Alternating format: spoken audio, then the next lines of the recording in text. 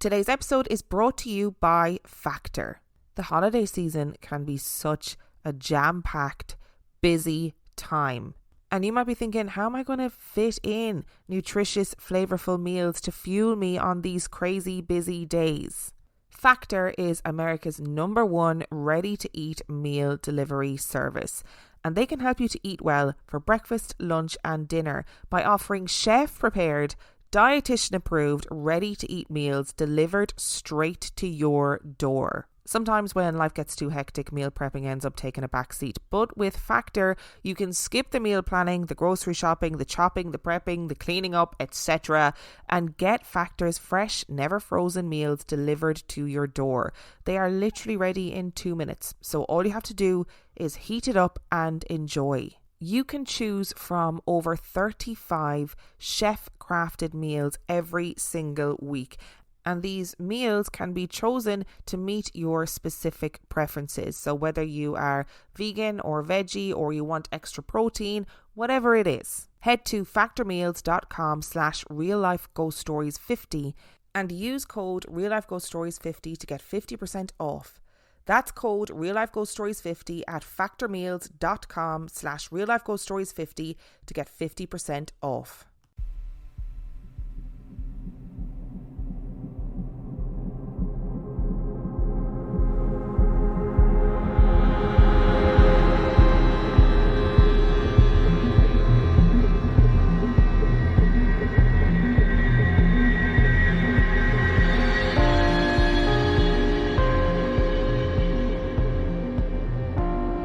Hello and welcome to 15 Days of Festive Fear, day number 11. And I have one spooky story for you today. And our story comes from the 7th of September 2023. And our story comes from Gianna. I've had paranormal experiences since I was little, and so has my boyfriend. We've also been listeners of your podcast for a while now. So I finally decided it was time to share a few of our stories. When my boyfriend Logan and I started dating, he was still living at his mom's house in Washington, in the downstairs part of the house. At this point in time, Logan's mom's boyfriend's son was staying in the smaller room downstairs, so it was fully set up for someone to be in there. But the son was not there during any of these stories. Also, in the main room, Logan had his bed up against the wall that was next to the doorway into the smaller room, so we slept right next to it. One night Logan and I were in his room, the main room, watching a movie, and it was pretty late, probably around 1 in the morning, and Logan had fallen asleep but I was still awake. As I was watching the movie, it was like all of the white noise in the room had gotten turned to max volume, and from directly behind me I heard a man grunt. I whipped my head around and saw nothing. It was completely quiet again. Naturally, I woke my boyfriend up and left immediately. Another time, I had brought over a plastic bag full of my painting supplies and had put them on the floor in the smaller room to keep out of the way. Once again, Logan and I were in his room watching a movie pretty late at night when we heard the distinct sound of my painting bin being dragged across the concrete floor in the smaller room. There was nobody else in the room except for us, so we knew nobody had moved it. I made Logan check it out while I hid in the corner of the bed. But when he turned on the light to see where the bin had been moved to, it was in the exact same spot it had been. There was nothing else moved in the room, but we definitely heard it being dragged across the floor. Logan has plenty of stories from this house, and maybe one day I'll share a few more of his. But in July 2021, he moved into his own house. When he moved in, I did feel like there was something there, but it was always very minor. Like thinking we saw someone walk by in the bedroom or thinking we heard something in the bedroom. But we were never really sure. On my birthday in August 2022 though, our little ghost friend decided to play a prank on us. On this particular night, it was my 22nd birthday.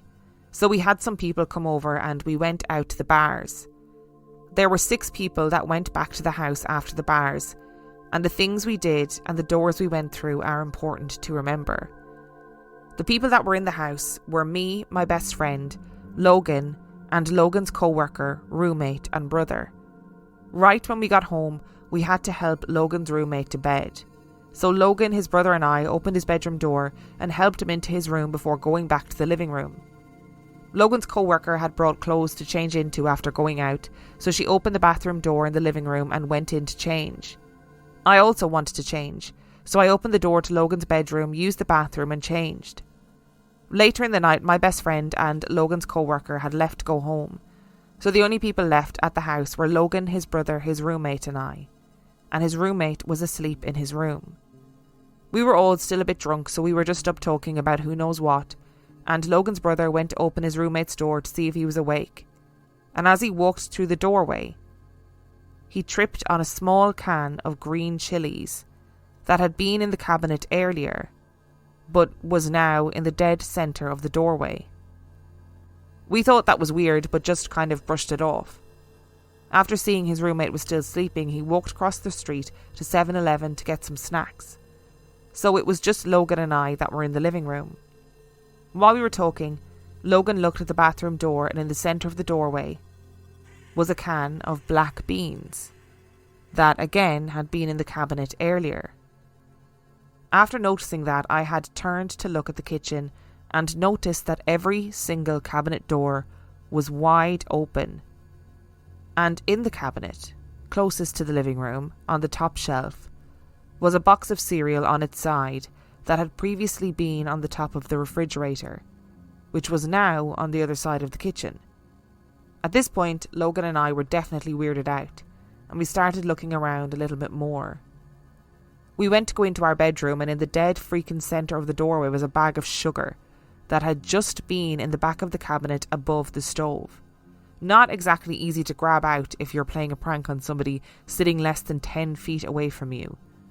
And in the centre of the bedroom doorway was a sock that Logan and I both know was under the bed before we left to go to the bars. Like I said, we were definitely weirded out, but not necessarily scared. It just felt like someone was playing a prank on us, and I wanted to laugh. If someone had been playing a prank on us, someone that was living, I should say, we would have seen them grabbing these items and placing them in the centre of the doorways. But nobody put them there that we saw. We had all walked through these doors right when we got home, and there was nothing there. Absolutely nothing. Since then, I've had a few more experiences from this house, like seeing a childlike shadow figure poking its head around the corner, and hearing the bells we have hanging from the door handle ringing when there's no pets in the room. But nothing like that night. In addition to the stories I share with my boyfriend, I've included a few of my own from when I was younger. One year when I was 9 or 10, I was visiting my dad in Loveland in Colorado, and I was at his apartment. And I was downstairs with his neighbour's daughter, JC, and my stepmom and my brother were upstairs.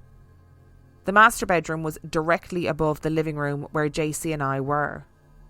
While JC and I were downstairs talking, we heard my brother, who was still very little at this point, crying, so we went upstairs to check on him. When we got into the master bedroom, I asked my stepmom why my brother was crying, and she just looked at me confused and said, "He's not crying, we've been reading a book." Sure enough, I looked at my brother, and he had clearly not been crying, but rather sucking on his pacifier and cuddling his stuffed animal, perfectly content. Before anybody says, well, maybe it was a neighbour, or it was on the TV. No, it was not on the TV, and it was not a neighbour. It was my brother in the room directly above us. It was very clear, and I know it was him. This is not the only experience I had in this apartment, but it's the only one that I had another person experience with me. I never liked my room at this place, because it always felt like something was watching me from the closet or from the loft space right above the closet. It was just plain creepy, and I was a total chicken shit. I still am. One night I woke up around midnight to what felt like someone jumping on me and pinning me down. I could feel the hands pressing down on my shoulders, and I could feel the weight on my body. I couldn't sit up or move anything, and I couldn't see anything for what felt like forever, but was probably less than a minute in total. Now I know it was probably just sleep paralysis and it went away fairly quickly, but it scared the shit out of me because I could very clearly feel the hands on my shoulders. In 2008 or 2009, my mom, my sister and I moved to Snohomish in Washington. And in 2014, my mom and I moved into her boyfriend's house. My sister had just joined the military, so she never really lived there, and just my mom, her boyfriend and me. While this house wasn't necessarily haunted when we first moved in, I would still race upstairs if I was the last one downstairs and it was dark, because I am a chicken shit, like I said earlier. When I was a senior in high school, I was getting ready for school in the morning, and I was on the phone with my then boyfriend. My bathroom was one of those bathrooms that had sinks in one room and then an attached room that had the toilet and the shower. While I was getting ready, I heard something fall in my shower but didn't think much of it, so I brushed it off. Almost right after this happened, my dog Hudson, who had been laying down next to me, got up and stood outside of the bathroom and started barking at me. I thought he just wanted to play or something, and I needed to finish getting ready, so I ignored him. After getting off the phone with my boyfriend, I went to the bathroom to check and see what had fallen. It was my razor, and the handle of it was tucked under the shower curtain. This wasn't strange to me, because it had happened before when I didn't hang it on the hook properly. Ignoring this, I went to the bathroom, and as I was finishing up, I heard this rattling coming from inside of the tub. So I finished up and looked into the tub once again. I was standing by the far end of the tub, and the razor that had its handle tucked under the shower curtain by the drain was rattling, and I watched this thing shoot out from under the curtain, hit the side of the tub, and shoot all the way to the far end of the tub, right in front of where I was standing. I literally could not believe what I was seeing, but immediately grabbed my keys and ran out of that house. My poor pup sadly had to stay with the creepy bathroom ghost. When I got to school, I told my boyfriend what had happened, and I told my mom that the house was haunted, and I refused to go back inside alone. At the end of the school day, I drove back to my house and waited in the driveway until my boyfriend got out. I didn't have a sixth period, so I would leave about an hour earlier than everybody else. When he got there, I went into my mom's bedroom and grabbed her cross and put it in my bathroom and started saging the entire house. Because there's nothing sage and Jesus can't get rid of, right? I let Hudson go to the bathroom and then promptly left the house again until my mom got home. I had her sage the house again just in case I didn't do it right, and then she started telling me what had happened to her the night before. So the night before this happened, I'd been at my boyfriend's house and my mom texted me around 10:30 saying I needed to come home, but I didn't end up leaving until closer to 11, so she had been home alone because her boyfriend was out of town on a business trip. She'd been downstairs watching TV, and when she decided to go to bed, she turned off the TV and started up the stairs with Hudson when she heard, "Where are you going?" And then the TV turned back on. Like I said, there was nobody home except for my mom, and she had turned the TV off. In regards to the story taking place on my 22nd birthday, where various items were placed in the centre of several doorways of my boyfriend's home, when we were on the couch before my boyfriend noticed the can of black beans in the centre of his roommate's bathroom doorway, I had completely forgotten what we had been talking about. My boyfriend recently reminded me that we'd been talking about a visitation dream he had had recently about his late father. His dad passed away when he was very little, and he had never had a visitation dream from him before. Again, we were talking about this right before we noticed everything in the kitchen. We both believed that this was his dad's way of saying that he was still there watching over him and maybe playing a prank on us. I always wonder with these stories, right, because we've had a couple of stories over the years where somebody has heard a sound, a really specific sound. In this case, it was the sound of your painting bin being dragged across the concrete floor in the smaller room next to the room where you were staying, right? And that is a really specific sound. And you can imagine if you were in that situation, you would know specifically that was the sound you were hearing, that was what was causing that sound. And then you go into the room and there's nothing has moved, nothing has changed. Like, was it moved and then moved back before you could see that it had been moved? Was whatever entity was in that basement, was it mimicking the sound of the thing moving to get your attention? Was it not able to physically move the bin, but knew that the sound would get your attention, so that's why it did it? And I agree with you, Gianna. Like, if I was in a basement and I heard a man grunt, I'd be waking partner up as well and going, "Hey, we're actually leaving because I'm not doing this. I'm not taking the risk. I've seen too many horror films. I've read too much true crime. I know what happens next. we both get mangled in the bed, and I'm not doing it. So you know what? Your birthday party night story is so weird, because initially you'd be like, haha, or else somebody's left a can of green chilies in the doorway. How weird. Why have they done that? And then obviously you get the black beans and the cereal's been moved and things have been moved around the kitchen and you've got some sugar that's been moved to your doorway. That's all really strange. And as somebody who spent quite a lot of her teenage years and 20s drinking, I can tell you that when I was ever that drunk after being out at the pubs or out at the bars or whatever, I would not be subtle about the prank that I was playing. I don't personally think that subtlety is the sister of drunkenness. So I don't believe that somebody was doing this as a prank. However, really weirdly, when I was listening to your story, and I know that later you and Logan talked about having a visitation dream, and was it potentially Logan's dad? And absolutely, of course, that is a really distinct possibility.